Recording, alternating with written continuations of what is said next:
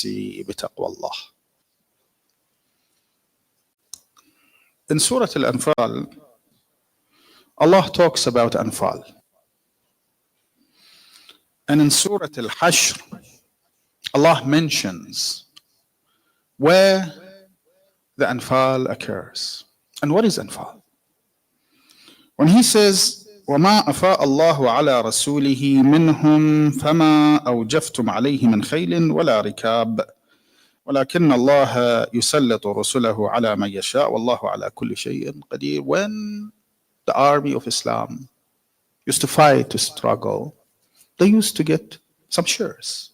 It's called ghanima, benefit or profit. They used to get. It was a big fight back then when the Prophet told his companions, you can get. Some of them said, yes, I killed 2 persons. The other one said, I killed 3 persons, so give me more.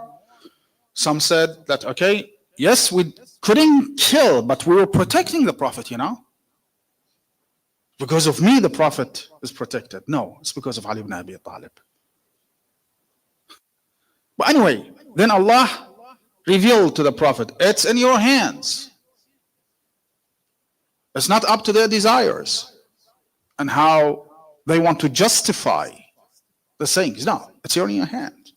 You can do whatever you see it's appropriate. ما آتاكم الرسول فخذوه وما نهاكم عنه فانتهوا. Whatever the Prophet gives you, take it.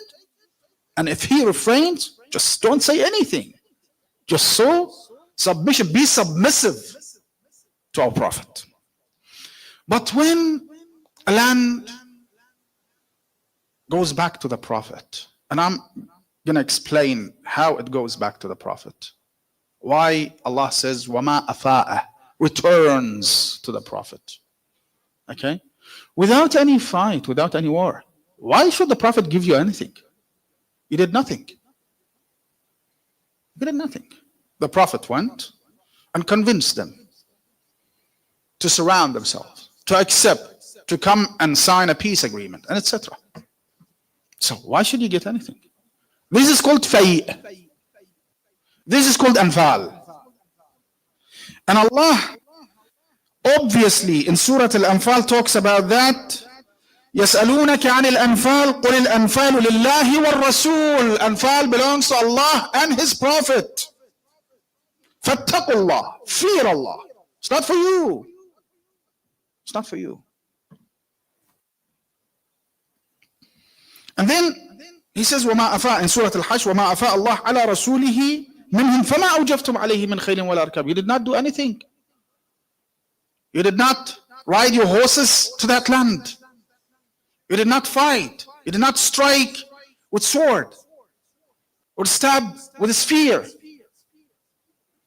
وَلَكِنَّ اللَّهَ يُسَلِّطُ رُسُلَهُ عَلَى مَنْ يَشَاءُ. But Allah gives the victory to His messengers and prophets. And this is exactly what happened in Fadak. I wanted to reach this point. Is this narration, brothers and sisters? No, it's Quran. It's not narration. We cannot talk about the chain of this narration. It's Quran.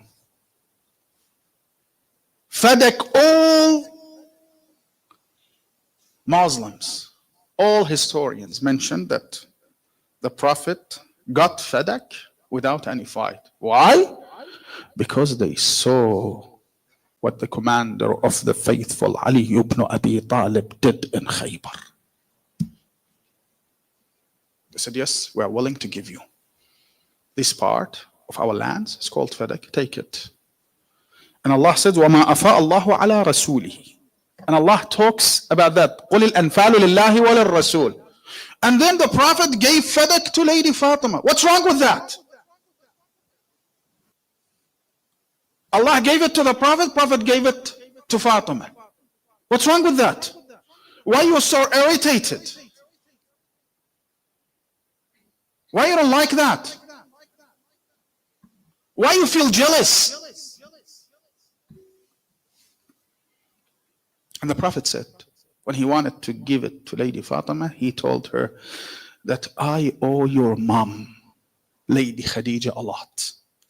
And I'd like to give that to her daughter. He said that. She gave whatever she had for Islam. I'd like to thank her. And actually, I owe her some of the dowries. The Prophet said, that's what I want to give something back, to pay her back. And she passed away, so I'm going to pay her daughter. So not because she's my daughter, because she is the daughter of Lady Khadija.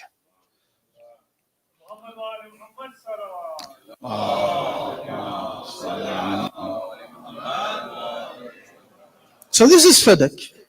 So this is verses of Allah, and this is Fadak. Ma afa Allah. What was returned? Why? Because all lands are owned by Allah and governed by His prophets. Believers have the right to own. Non-believers, whatever that get confiscated back by the Prophet, it will be afa'a, because it's owned by the Prophet. Because Allah gave him that. All mountains, all alleys, all rivers. And why Allah gives the Prophet that much of wealth? Because the Prophet won't use that for himself. Rather, he will use that for mankind. And he talks about that in Surah Al-Anfal when he said, فَلِلَّهِ وَالرَّسُولِ وَذِي الْقُرْبَى وَالْيَتَامَى وَالْمَسَاكِينَ. This is exactly where the Prophet will put the money, the wealth. Not going to use it for himself to build, a castle for himself. He will stay as a slave of Allah subhanahu wa ta'ala. And Allah says, لِكَيْ لَا يَكُنْ دُولَةً بَيْنَ الْأَغْنِيَاءِ مِنْكُمْ.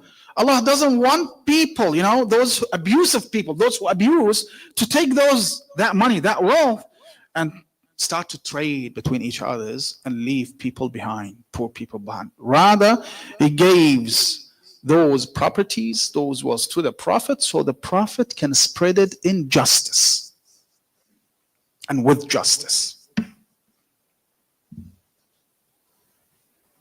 So these verses are very strong and obvious. And that guy had nothing to do but to say it. Well, I've heard the Prophet saying, نحن معاشر الأنبياء لا نورث, that we don't leave something behind. Well, the Prophet gave Fadak while he was alive.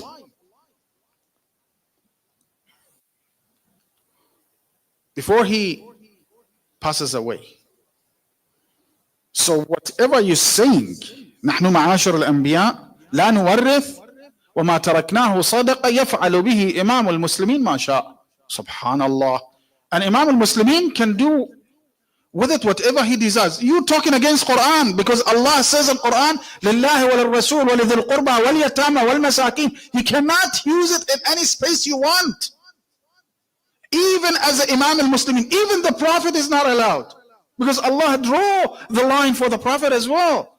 And you say that I'm going to use that for jihad? It's not your choice. It's the choice of Allah. And He said that. He said, I'm going to buy weapons to protect our land. Oh, really? Well, you're walking against Quran. No. You're stepping on Quran. This is Quran.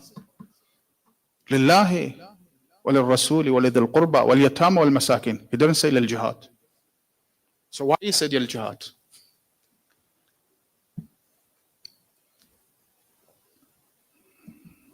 Somebody came to me and said, okay, Shiites probably are wrong. Not if you're a knowledgeable person.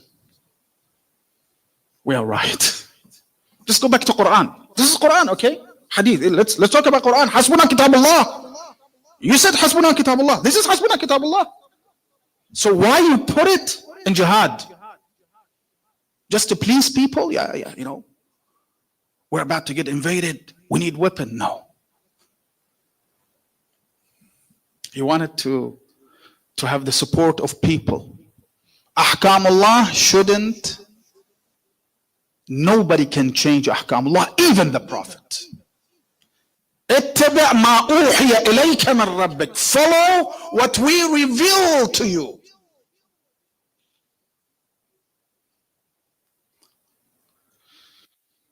So this is some part of Fadak's story. Inshallah, we'll continue to talk about it and next sermons if we get the tawfiq to deliver the khutbah, inshallah. هذا وأستغفر الله لي ولكم والحمد لله رب العالمين والصلاة والسلام على محمد وآله الطاهرين.